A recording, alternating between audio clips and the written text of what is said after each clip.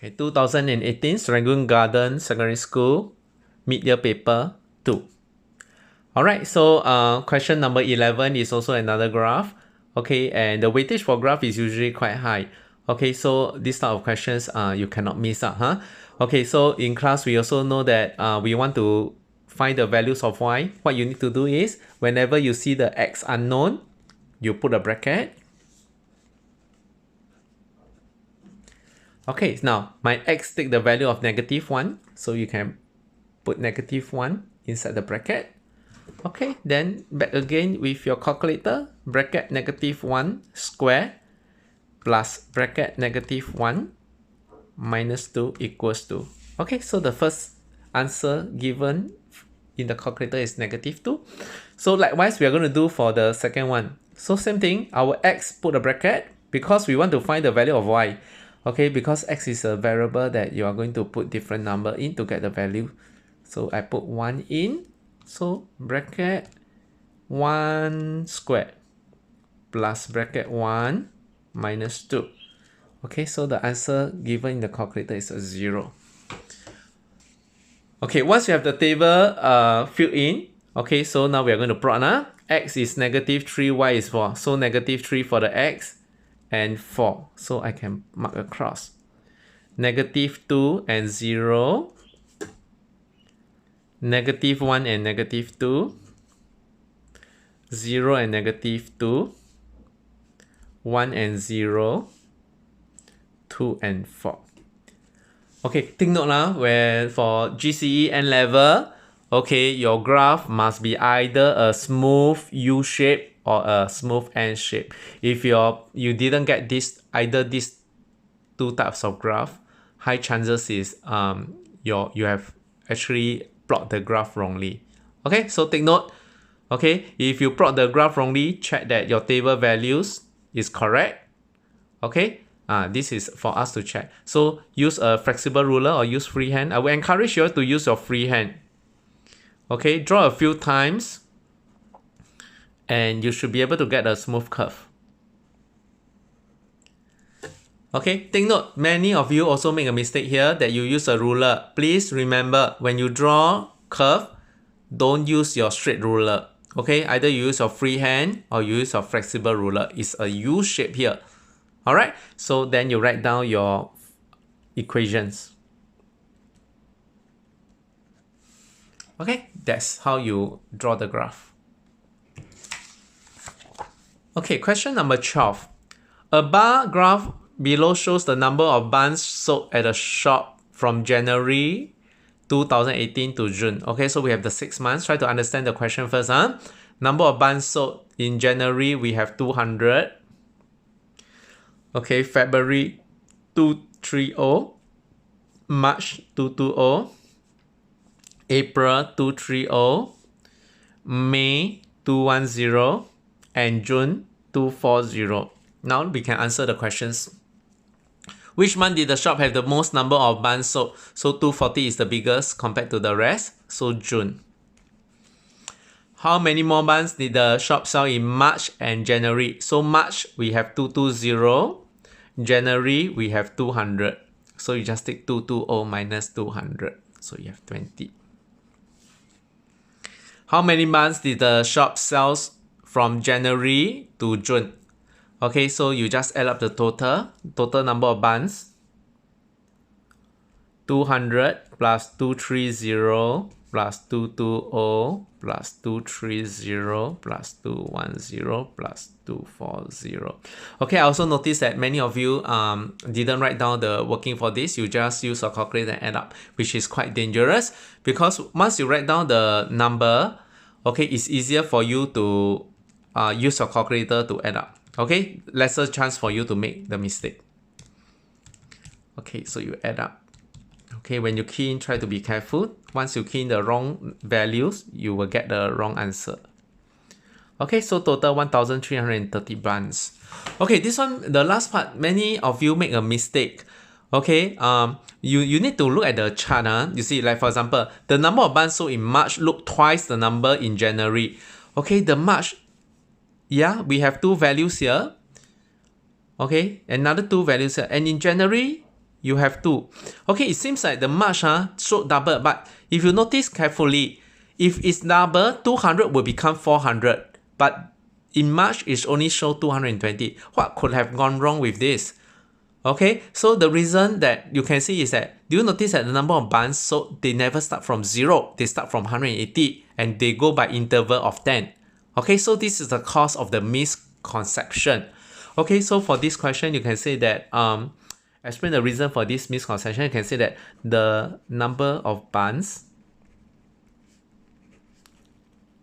so start at 180 instead of 0. Okay, then you can add on if you want. The interval is 10. Okay, you will get your 1 mark. Okay, so once you mention that the number on the y-axis doesn't start from 0, you should get the 1 mark. Okay, next. Cumulative frequency. This is a topic that we learned this year. Okay, so many of you can do this. Okay, let's see. Median. Median is a center number. Okay, so remember again, you can cover the top. Okay, check. The top is 80, the bottom is 10. So you slowly move down, step by step. The center number is 40. So this is actually the median. Okay, so the answer is answer you can't put 40. You have to trace the line.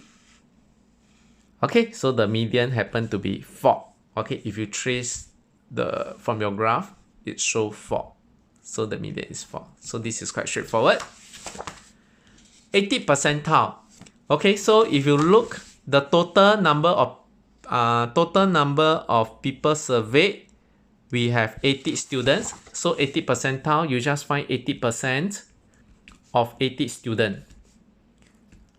Okay, 80%. Let me check whether is it 64 or 6.4. Let's see. 80 over 100 times 80. Should be 64. Okay, again, 64 is not your answer. Okay, you have to find the answer from the graph. So 60 is here, 64 is here. From your graph, 64 is here. So same thing, you try to trace and you come down. We have 4.8. Okay, so the answer is 4.8. Next one, interquartile range. This is always will come out one. And you need to know that it is Q3 minus Q1. Okay, how do we find the Q3 and how do we find the Q1? Okay, same thing. Q3, you cover the median, you cover the top. Okay, you notice that the Q3 is actually your 60 here. Okay, but you don't write 60 as your Q3. You still have to trace from your graph. You have 4.6. Okay, so your Q3 is 4.6. Now we have to find our Q1. Same thing, I cover the median, I cover the lowest. Okay, so I notice that 20 is my Q1. Okay, from the graph, it shows 2.8. So same thing, 4.6 minus 2.8. 4.6 minus 2.8. We have 1.8.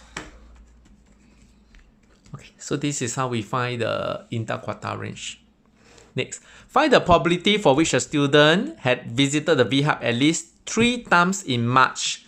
Okay, at least 3 times. That means 3, 4, 5, or 6.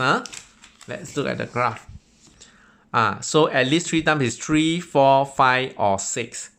Okay, so this question, you have to take the total number minus away number of students that visit the library, the VHub, less than 3 times. Okay, so 3 times is over here. So less than 3 times, we have 22 students. Okay, so 22 students visit less than 3 times. So you take the total number of students minus away 22 students. Okay, so 80 minus 22. We have 58. This is not the answer yet because we want to find the probability. Okay, so out of 80 students, 58 of them visit the V-Hub more than 3 times, at least 3 times. Okay, so the probability will be 58 over 80. 29 out of 40. Okay, take note, probability cannot be bigger than 1. Probability cannot be smaller than 1. Okay, so answer 29 out of 40. So this is how we find the probability. Okay, next. Okay, this is a question on hire purchase. Yeah, should be. Let's see. In 2016, the cost of 55-inch curved smart TV 1,800, and the price in 2017 reduced to 1,500. So we want to find the reduction as a percentage. Okay, take note, this is a percentage question. So the reduction is actually quite obvious. 1,800 minus away 1,500. So the price reduced by $300. Now I want to find the percentage of the original. Original is always the beginning. Okay, 1,800. So you take 300 divided by 1,800 times 100%. Okay, make use of your calculator again. 300 fraction 1,800 multiplied by 100%. Okay, so we have 16 and 2/3%. Okay, so the television reduced by 16, or you can leave your answer in decimal lah, so 16.7%, either fraction or decimal. Okay, so 1,250 smart TV set was sold in 2017. Okay, so this was an increase. So 2017, the price lower, then more people, 150% more people bought the TV compared to 2016. So we are going to calculate 2016 how many smart TV was sold. Okay, there was an increase of 150%, meaning that now 250% represent 1,250. It's not 150% because increase of 150%, you have to add the original 100%. Okay, so same thing, 250%, you have 1,250. Okay, so this is the number of televisions sold in 2017. So same thing, we want to find the number of TVs sold in 2016 is 100%. So 1,250 divided by 250 times 100%. Okay, so use your calculator again. 1,250 fraction 250 times 100%. Okay, so total 500 television was sold in 2016. Next, Mr. Tan bought a 55-inch TV set in 2017 on a hire purchase. Hire purchase, that means you need to pay the down payment and then followed by monthly installment. So he paid $200 first. So 2017, the TV cost 1,500. So now 1,500, he paid the down payment of 200. So he still owe the company 1,300. He has to pay this 1,300 in 10 equal monthly installment. Okay, so this is quite straightforward. 1,300 divided by 10 months. So each month he has to pay $130. Okay, so with that, we have finished the whole of 2018 Serangoon Garden Secondary School Mid-Year Exam Paper 2. Alright, thank you.